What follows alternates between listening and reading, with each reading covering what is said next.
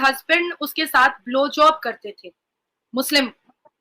उसका यहाँ पर मैंने स्टिचेस करवाए थे डॉक्टर्स को बुला करके, भैया जाग जाओ मुसलमानों, जाग जाओ।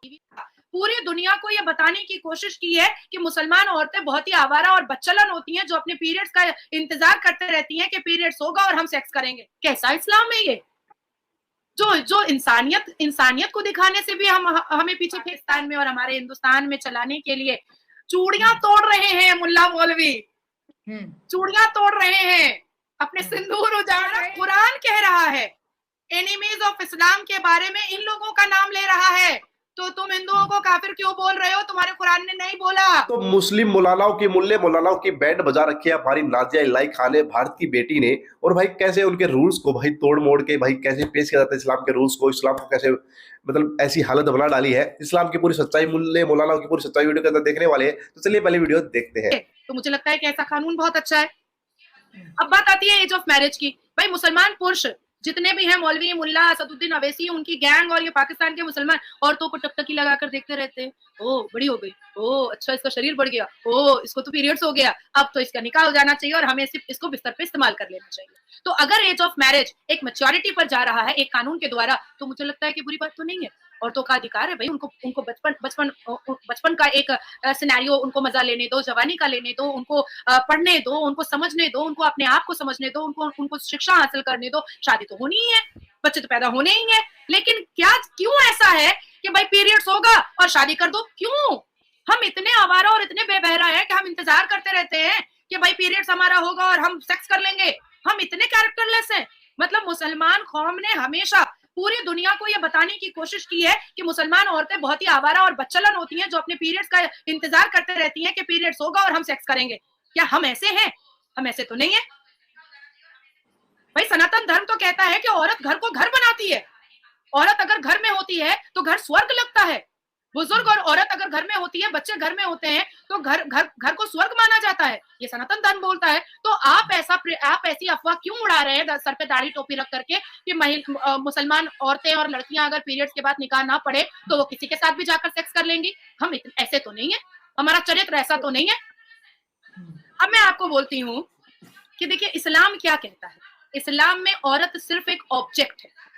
अगर इस्लाम के हिसाब से हम जो अब तक चल रहे हैं, हमें सिर्फ एक ऑब्जेक्ट बना करके रखा गया है। सूरह अन-निसा 8:277 क्या कहता है? वो औरत, ये प्रॉफेट मोहम्मद कह रहे हैं कुरान में, वो औरत जो लीडरशिप करती है, वो देश, वो कंट्री, वो घर बर्बाद हो जाता। तब बर्बाद नहीं हुआ। अब हम औरतों के आइडेंटिफिकेशन पर आप क्वेश्चन मार्क लगा दे रहे हैं, हमारे चरित्र पर आप उंगली उठा दे रहे हैं। हम बर्दाश्त करेंगे? अब नहीं बर्दाश्त करेंगे। अब मैं आपको बताती हूँ सूरह अन-नसा प्रॉफेट मोहम्मद कहते हैं कि वो औरतें जो परफ्यूम लगा करके बाहर निकलती हैं, उनकी मौत के बाद उनको प्रोस्टिट्यूट की नजरों से देखा जाएगा। हाँ, परफ्यूम लगाना तो एक नाजायज चीज है।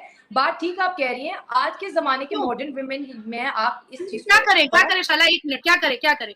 सुसु लगाकर निकले, पोटी लगाकर निकले, गोबर लगाकर निकले, क्या करें भाई? एक इंसान, मैं अपने बारे में बात करती हूँ, मैं आपके भी बारे में बात करूंगी, मैं अपने बारे में, हम दो लोग यहाँ पर बैठे हैं, मैं अपने बारे में बात कर रही हूँ। मैं सुबह 9:30 बजे निकलती हूँ, कोर्ट जाती हूँ, पब्लिक गैदरिंग में जाती हूँ, पॉलिटिकल मीटिंग करती हूँ, चैम्बर में बैठती हूँ।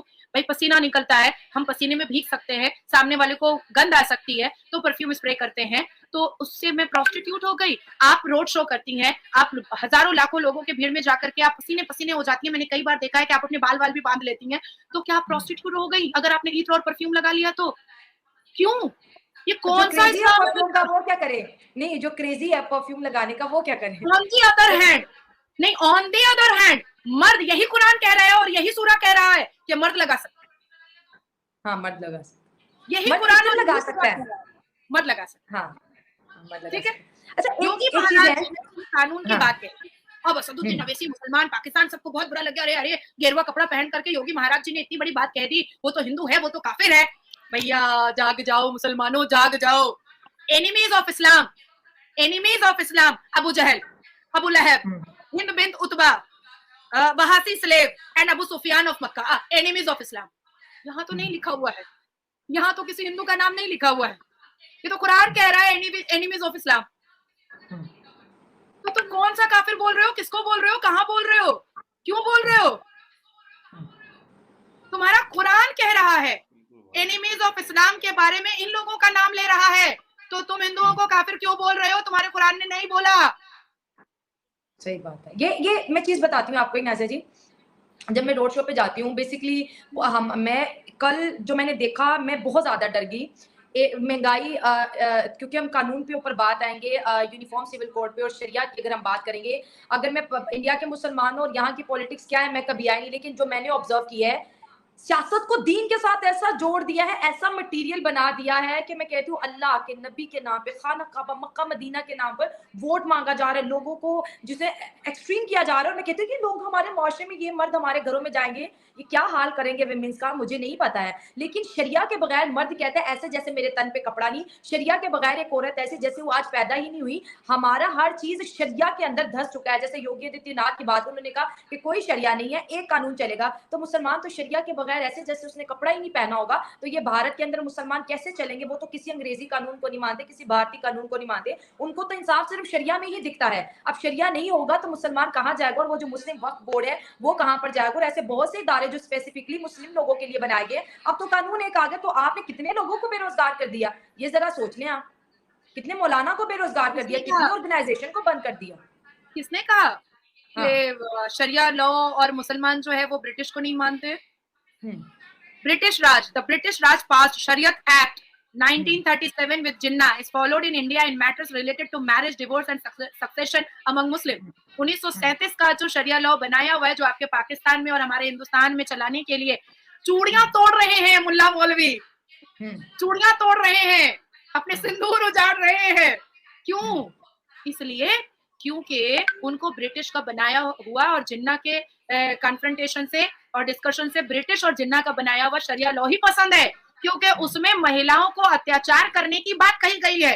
क्योंकि उस 1937 के शरिया लॉ में ब्रिटिश और जिन्ना ने महिलाओं को डिप्राइव करना, एड़ियों में कुचलना, महिलाओं को कैद करना, महिलाओं को आवारा बच्चलन बोलना, मुस्लिम महिलाओं के कैरेक्टर को खराब साबित करना, उनको लूज कैरेक्टर साबित करना, यही सारी चीजें लिखी हुई हैं। इसीलिए मौलवी मुल्लाओं को पसंद आता है, यही वजह है कि मौलवी मुल्ला पसंद करते हैं। आप सोचो, अगर कोई मुसलमान मुझे लौंडिया बोलता है तो मैं तो उसके ऊपर आईपीसी की धारा 500 पर मैं केस कर दूंगी। अगर लिख कर देता है तो 501 पे मैं केस कर दूंगी। और कुरान लिख रहा है तो गलत है ना, इसलिए एक कानून की बात कही जा रही है ना। आज एक मुसलमान मर्द मुझे कह दिया ए लौंडिया इधर सुन, तो भाई वो तो कहेगा अरे हमारे इस्लाम में तो प्रॉफिट मोहम्मद लौंडिया बोलते थे, तो मैंने बोल दिया तो क्या हो गया। बट सुनना लौंडिया, इट्स वेरी डिफॉर्मेटरी ना, इट्स वेरी वल्गर ना। अब मैं आपको बताती हूँ एक और बात, कुरान में जो ये जो हमारे मौलवी मुल्ला बार बार कहते हैं कि अरे प्रॉफिट मोहम्मद तो ऐसे थे कि उनके ऊपर एक बुढ़िया कचड़ा फेंक देती थी तो वो नहीं फेंकी तो वो चले गए, उसकी तीमारदारी करने के लिए वो बीमार हो गई। मुझे बताइए आप, पूरा मैं चैलेंज कर रही हूँ पाकिस्तान के मौलवी मुल्ला और हिंदुस्तान के मौलवी मुल्ला को कि ये बात कौन सी सूरह में, कौन सी आयत में और किस चैप्टर में, किस पारा में लिखी हुई है। This is fiction, this is fake, नहीं है, झूठी कहानी। मैंने बहुत सर्च की। तो भाई सुना आपने, गजब की वीडियो थी भाई, कसम से। भारत की बेटी भाई, भारत की शेरनी नाज़िया इलाही खान भाई कैसे ही तो जवाब देते हैं। और भाई सच बता रहा हूँ, जितने भी इंडिया पाकिस्तान और विदेशों में बैठे जितने मुल्ले मौलाना भाई नाज़िया इलाही खान से वक्त बचते फिरते हैं कि भाई इसके अगर हम चंगुल में फंस गए ना, ये हमें कहीं आगे नहीं निकलने देगी। भाई नाज़िया इलाही खान के बारे में जानते हो, भारत की बेटी है, भारत की मुस्लिम बेटी, जो कि वकील है। और भाई बहुत सारे इंटरव्यू धर्म की बातें करती रहती है, जो एक आगे मतलब खड़ी रहती है हर बात में। और जो मुस्लिम मौलाना होते हैं भाई, उनके तो भाई ऐसी होती है नहीं है, उनसे ऐसे जवाब मांगते हैं, उनके पास जवाब नहीं होते हैं। अब इन्होंने बहुत सारी बातें बोली भाई, बड़ा अच्छा लगा भाई सुनकर के कि भाई कैसे इस्लाम को भाई तोड़ मरोड़ के, मानता हूं भाई इस्लाम में खामियां है, बहुत खामियां, लेकिन उसको खामियां लाने वाले कौन है?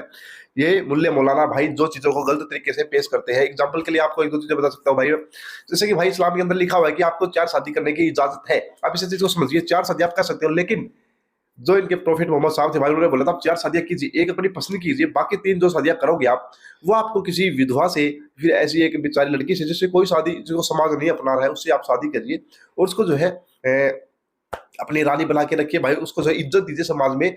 इसलिए उन्होंने बोला भाई 4 शादियां करें। लेकिन भाई आज इसका क्या फायदा उठाया जा रहा है? 16, 17 साल की लड़कियों से भाई, बहनों के साथ 4 शादी कर लेते हैं भाई, और फिर बोलते हैं भाई तो हमारे जो है इस्लाम के अंदर लिखा हुआ है। भाई मत बदनाम करो भाई, किसी धर्म को इतना मत बदनाम करो, बहुत बदनाम कर चुके हो तुम लोग। भाई दोस्तों क्या करना चाहोगे प्लीज कमेंट करके बताइएगा, और भाई मिलूंगा आपसे नेक्स्ट वीडियो में, प्लीज कमेंट जरूर कीजिएगा। तब तक के लिए बाय बाय, जय हिंद, जय श्री राम।